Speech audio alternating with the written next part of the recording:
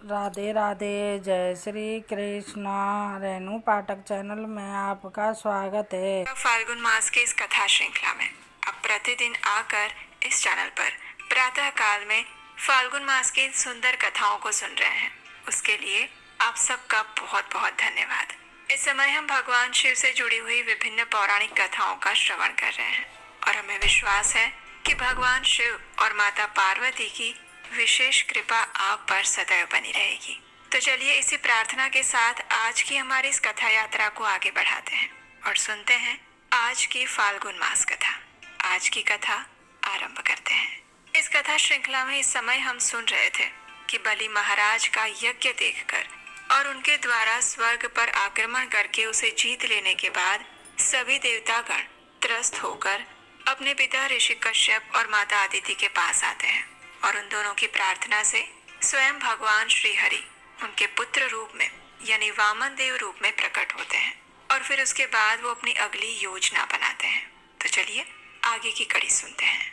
भगवान श्री हरि ने माता अदिति और देवताओं की बात सुनने के बाद आगे क्या कार्य करना चाहिए जिससे देवताओं को विजय प्राप्त हो और दैत्यों को हार का सामना करना पड़े, उस पर विचार किया।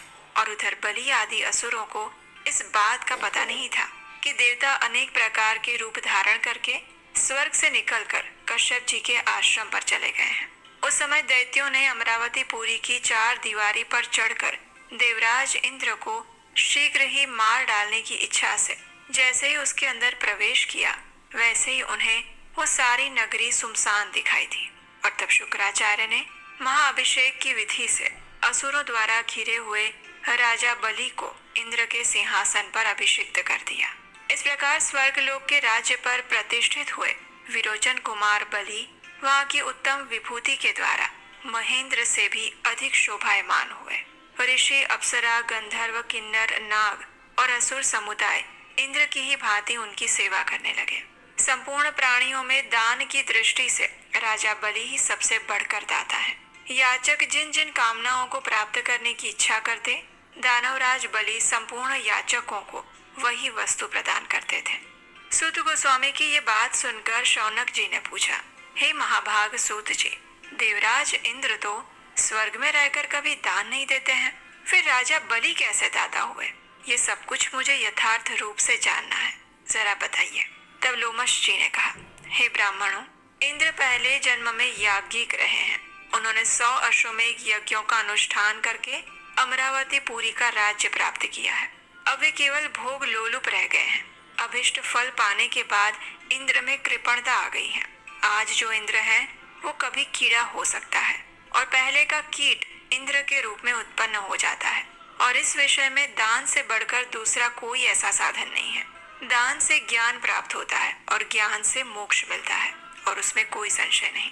अब विरोचन पुत्र बलि ने पूर्व जन्म में जो कुछ किया था उसे सुनो। प्राचीन काल में देवताओं और ब्राह्मणों की निंदा करने वाला एक महापापी जुआरी था। वो सदैव पराई स्त्रियों में आसक्त रहता था।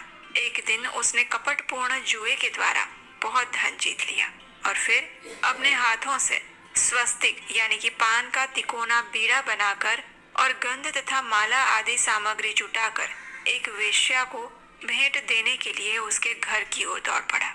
रास्ते में उसके पैर लड़खड़ा गए और उसी समय वो पृथ्वी पर गिर पड़ा। गिरने पर क्षण भर के लिए उसे मूर्छा आ गई। जब मूर्छा दूर हुई तब पूर्व जन्म के किसी पुण्य के प्रभाव से उसके मन में सद्बुद्धि उत्पन्न हो गई। जुआरी दुखी होकर खेद और वैराग्य को प्राप्त हो गया।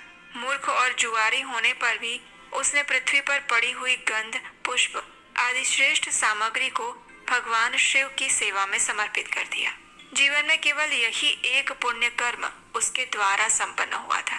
मृत्यु के बाद जब यमराज के दूत उसे यमलोक ले गए तब उस पापी से सबको भय देने वाले यमराज ने कहा, हे मूर्ख, तू अपने पाप के कारण बड़े बड़े नरकों में यातना भोगने के योग्य है। तब उसने कहा, यमराज जी, यदि मेरा कोई पुण्य भी हो तो उसका भली भांति विचार कर लीजिए एक बार। तब चित्रगुप्त जी कहते हैं, तुमने देहांत होने के समय पृथ्वी पर पड़े हुए कुछ गंध और पुष्प आदि को भगवान शिव के लिए दान किया है।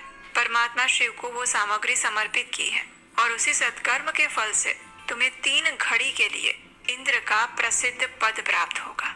चित्रगुप्त की बात सुनकर जुआरी ने कहा, मैं सबसे पहले अपना शुभ कर्म भोगूंगा। उसके ऐसा कहने पर उदार बुद्धि वाले बृहस्पति जी संपूर्ण देवताओं के साथ तत्काल वहां आ पहुंचे और उस जुआरी को ऐरावत हाथी पर चढ़ाकर इंद्र भवन में ले गए। वहां पवित्र आत्मा बृहस्पति ने इंद्र को समझाया, पुरंदर, तुम मेरी आज्ञा से इस जुआरी को 3 घड़ी के लिए अपने सिंहासन पर बिठाओ। गुरु की बात मानकर इंद्र उदासीन भाव से राज्य छोड़कर कहीं चले गए और उसके बाद जुआरी को देवराज के भवन में पहुंचाया गया। तब जुआरी ने वहां दान देना आरंभ कर दिया। महादेव जी के उस प्रिय भक्त ने ऐरावत हाथी अगस्त्य ऋषि को दे दिया। उसकी बुद्धि बड़ी उदार थी। उसने उच्चैश्रवा नामक घोड़ा विश्वामित्र ऋषि को दान दे दिया। फिर उसका महान यश फैल गया। उसने कामधेनु गाय महर्षि वशिष्ठ को दे दी और चिंतामणि नामक रत्न गालव मुनि को समर्पित कर दिया। उस महातेजस्वी दाता ने कल्प वृक्ष उठाकर कौंडिन्य मुनि को दे दिया। जुआरी होकर भी वो बड़ा भाग्यशाली था। उसने भगवान शंकर की प्रसन्नता के लिए वैसे वैसे अनेक प्रकार के रत्न ऋषि मुनियों को सहर्ष दान कर दिए। जब तक 3 घड़ी पूरी नहीं हुई तब तक वो दान ही देता रहा। 3 घड़ी के बाद वो स्वर्ग से फिर चला गया। इंद्र अमरावती के सिंहासन पर बैठकर बृहस्पति जी से कहने लगे, गुरुदेव, ऐरावत हाथी नहीं दिखाई देता और यही दशा उच्चैश्रवा नामक घोड़े की भी है। पारिजात आदि सभी पदार्थ किसने चुरा लिए हैं? तब बृहस्पति जी ने कहा, जुआरी ने यहाँ पर आकर महान कर्म किया है। जब तक उसकी सत्ता रही है उसके भीतर ही उसने आज ऐरावत आदि सभी वस्तुएं ऋषियों को दान कर दी हैं। बड़ी भारी सत्ता हस्तगत होने स्वाधीन होते हैं और प्रमाद में ना पड़कर सदैव भगवान शिव के ध्यान में तत्पर रहते हैं, वे ही भगवान शंकर के प्रिय भक्त हैं। वे कर्म फलों का परित्याग करके केवल ज्ञान का आश्रय लेकर परम पद को प्राप्त होते हैं। बृहस्पति जी का ये वचन सुनकर इंद्र ने पूछा, आचार्य, अब हमारा क्या कर्तव्य है? ये शीघ्र बताने की कृपा करें। बृहस्पति जी ने कहा, इंद्र, अपनी समृद्धि के लिए ये सारी बातें प्रायः यमराज से कहनी चाहिए। ठीक है। ऐसा कहकर देवराज इंद्र गुरु बृहस्पति के साथ अचानक वहां से चल पड़े।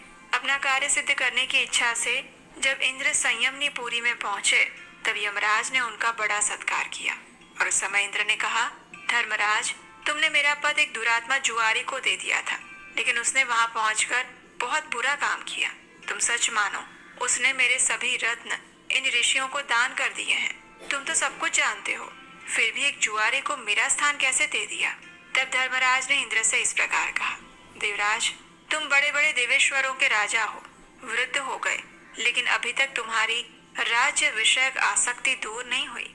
केवल 100 यज्ञों का अनुष्ठान करके एक ही जन्म के उपार्जित पुण्य का फल यहाँ पर तुमने प्राप्त किया, लेकिन उस जुआरी ने तुम्हारी अपेक्षा महान पुण्य का उपार्जन किया है। अब धन देकर या चरणों में मस्तक झुकाकर और विशेषकर अगस्त्य आदि सभी मुनियों की प्रार्थना करके तुम्हें अपने ऐरावत आदि रत्न प्राप्त करने चाहिए। ये सुनकर देवराज इंद्र ने कहा, ठीक है, बहुत अच्छा। इतना कहकर वे अमरावती पुरी चले गए। वहां जाकर संपत्तिशालियों में श्रेष्ठ देवराज इंद्र ने बहुत धन देकर ऋषियों से अपनी वस्तुएं लौटाई और इस प्रकार अपने रत्न पाकर माँ तेजस्वी इंद्र शची देवी के साथ अपनी पुरी में चले गए। लेकिन उसके बाद उस जुआरी का क्या हुआ वो हम सुनेंगे हमारे इसी फाल्गुन मास कथा श्रृंखला की अगली कड़ी में, कल प्रातः काल।